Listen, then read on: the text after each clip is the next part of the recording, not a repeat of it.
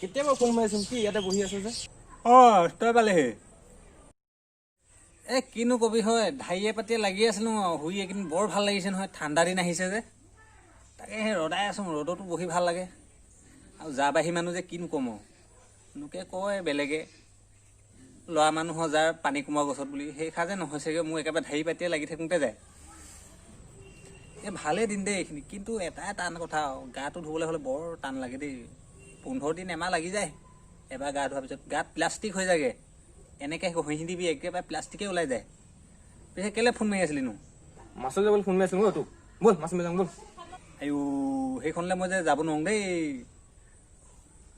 এনেকুৱা বতৰনো মাছলৈ যোৱা কথা কৈছনে সেই মই হাগি কিনে টিকাটো ধুবলৈ টান লাগে ইমান ঠাণ্ডাত আকৌ সেই পানীখনত নমা কথা কৈ আছ তই নাই মোৰ দ্বাৰা নহ'ব যা বেলেগক লৈ কিনে যা তই এই বুঢ়া দিনত যাবি হয় নাথাকিবিচোন পুতুকণ তই কি ক'লি এই ঠাণ্ডা দিনত ঠাণ্ডা মজাটো নলৈ সেই গৰম দিনত বিচনী মাৰি